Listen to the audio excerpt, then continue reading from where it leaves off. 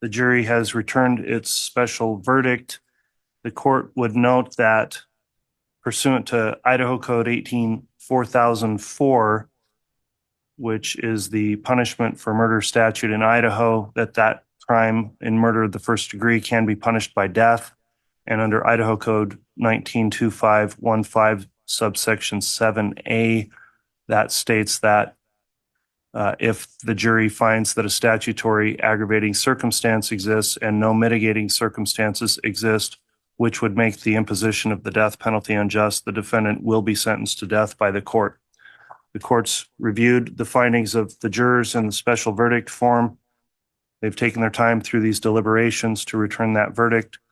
And so the court will proceed with sentencing first on counts 1 through 6. And again, this is an unusual hearing because the sentencing hearing's already been taking place. We've heard from the victims through impact statements and arguments from counsel. That's already taken place.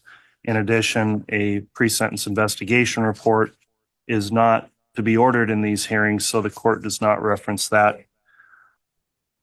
The court then orders as follows, and this will be contained in the court's judgment at the conclusion of the case. As to count 1, the conspiracy to commit first-degree murder and grand theft by deception for the murder of Tylee Ryan, upon the jury's finding of guilty and return of the special verdict form, the jury finding beyond a reasonable doubt and having returned the special verdict that the aggravating circumstances when weighed against the mitigating circumstances do not make the imposition of the death penalty unjust. The court, therefore, on count 1, the defendant is sentenced to death. On count 2, the first-degree murder of Tylee Ryan, the jury finding beyond a reasonable doubt and having returned the special verdict that the aggravating circumstances when weighed against the mitigating circumstances do not make the imposition of the death penalty unjust. The court, therefore, on count 2, sentences the defendant to death. On count 3, the conspiracy to commit first-degree murder and grand theft by deception for the murder of J.J. Vallow, the jury finding beyond a reasonable doubt and having returned the special verdict that the aggravating circumstances when weighed against the mitigating circumstances do not make the imposition of the death penalty unjust. The court, therefore, on count 3, sentences the defendant to death. On count 4, first-degree murder of J.J. Vallow, the jury finding beyond a reasonable doubt and having returned the special verdict that the aggravating circumstances when weighed against the mitigating circumstances do not make the imposition of the death penalty unjust. The court, therefore, on count 4, sentences the defendant to death. On count 5, conspiracy to commit first-degree murder of Tammy Daybell, the jury, having found beyond a reasonable doubt and having returned the special verdict that the aggravating circumstances when weighed against the mitigating circumstances do not make the imposition of the death penalty unjust, the court, therefore, on count 5, sentences the defendant to death.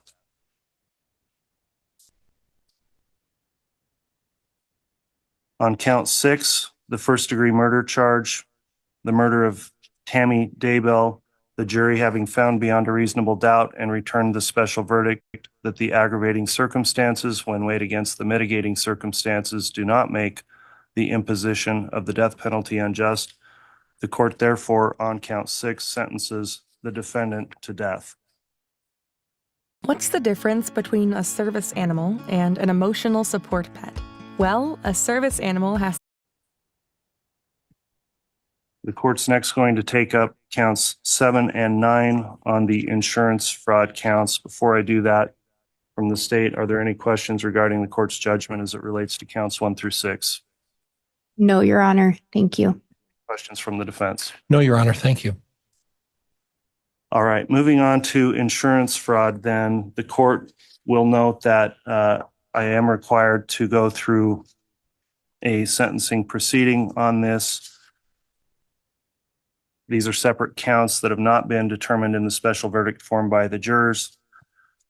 Some brief procedural history. Mr. Daybell was charged by amended indictment with counts 7 and 9. insurance fraud under Idaho Code 41293, which is a felony. Mr. Daybell pled not guilty to those counts on June 9th, 2021. Thereafter, this trial was held, and as part of the findings of the jury in their verdict, they did find the defendant guilty of both of those counts.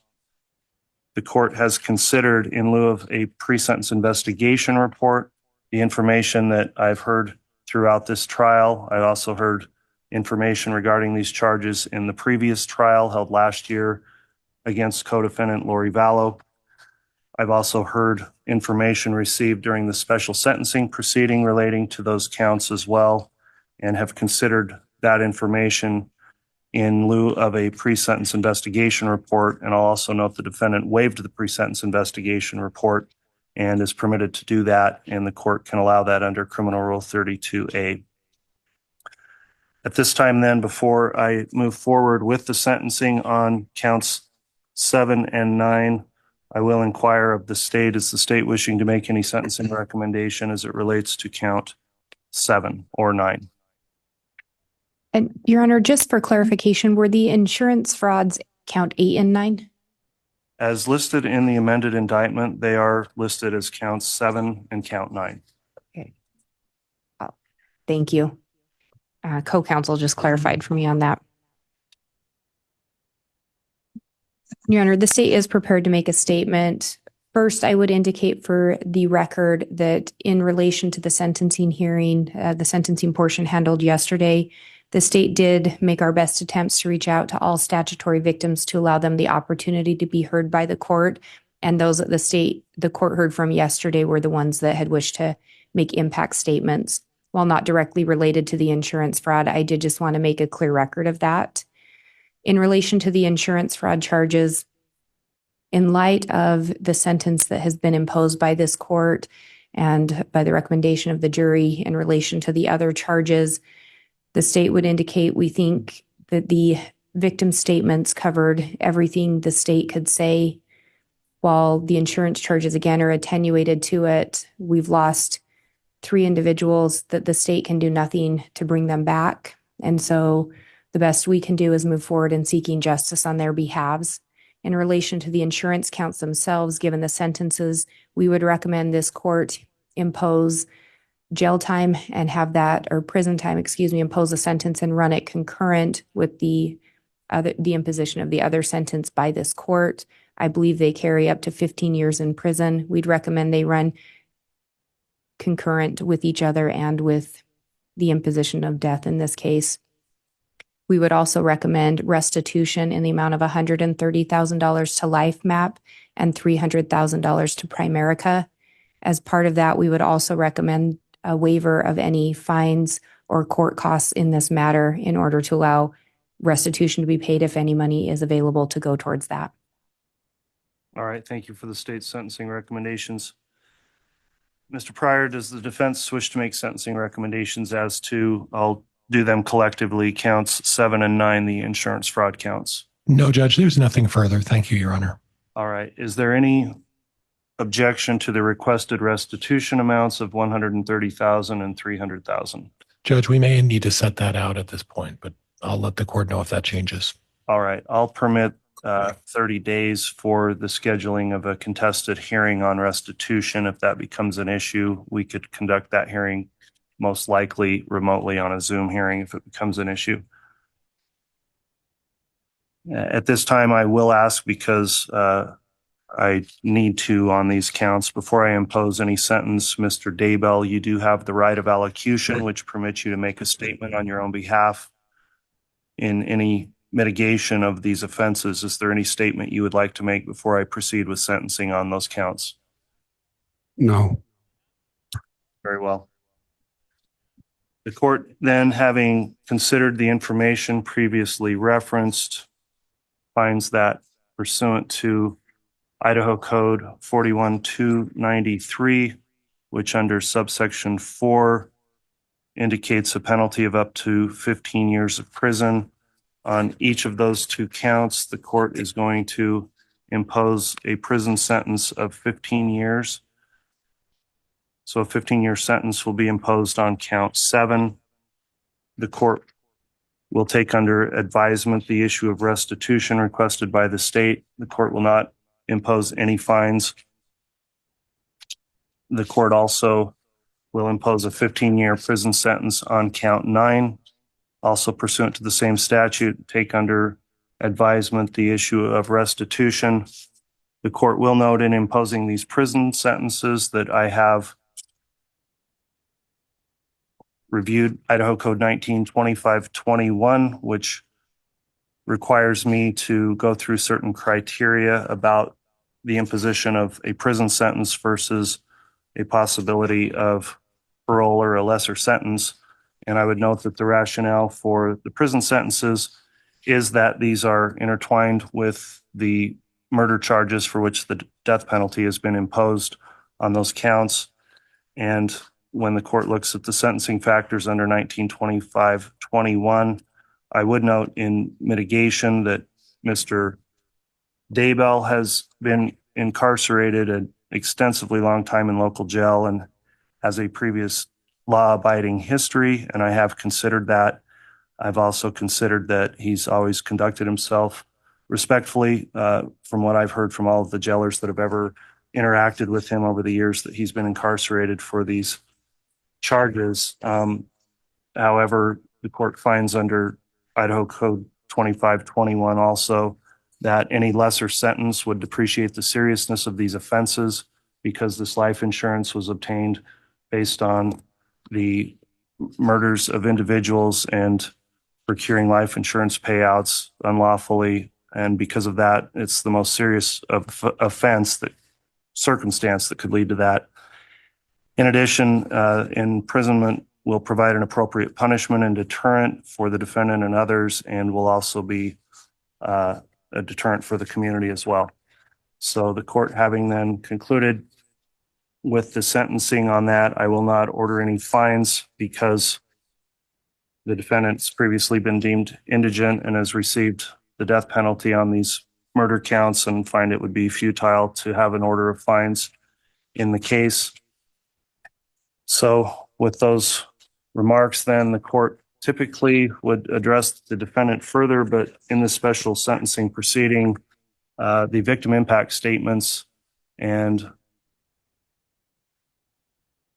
the evidence has already demonstrated on the record, I think, the seriousness of what's occurred, and I don't find any reason to further delve into the court's rationale other than what was listed in the statute. So unless there's anything further, that will conclude the sentencing, but I will address the post-conviction issues that need to be addressed at this time. Does the state have anything further then on the sentence and count 7 and count 9? No, Your Honor. Thank you. Anything further from the defense? No, Your Honor. Thank you. Okay. Mr. Daybell, in this case, given the sentence that was imposed in counts 1 through 6, there's a special appellate and post-conviction procedure for capital cases, and an automatic stay may be in effect.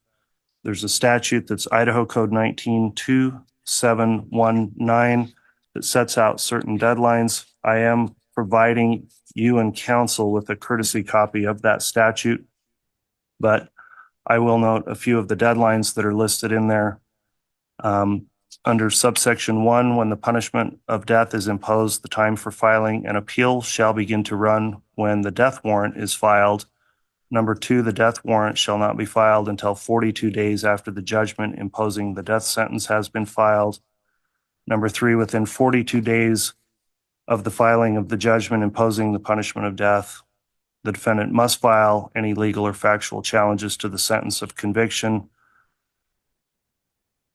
There's other important and critical deadlines that are contained within that statute, and I am going to provide a copy of that to Mr. Pryor to ensure that the defense is well advised of those post-conviction rights that would apply in this special proceeding. I'll also note that there's an additional rule, Idaho Criminal Rule. If you'll give me a moment, I think it's 44.2.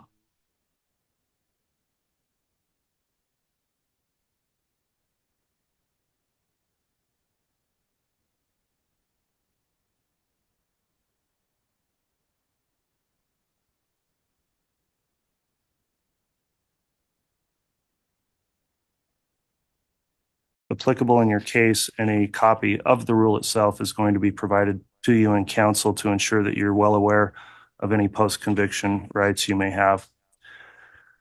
With that, then, the court is going to conclude the special sentencing proceeding. Is there anything further I need to take up from the state?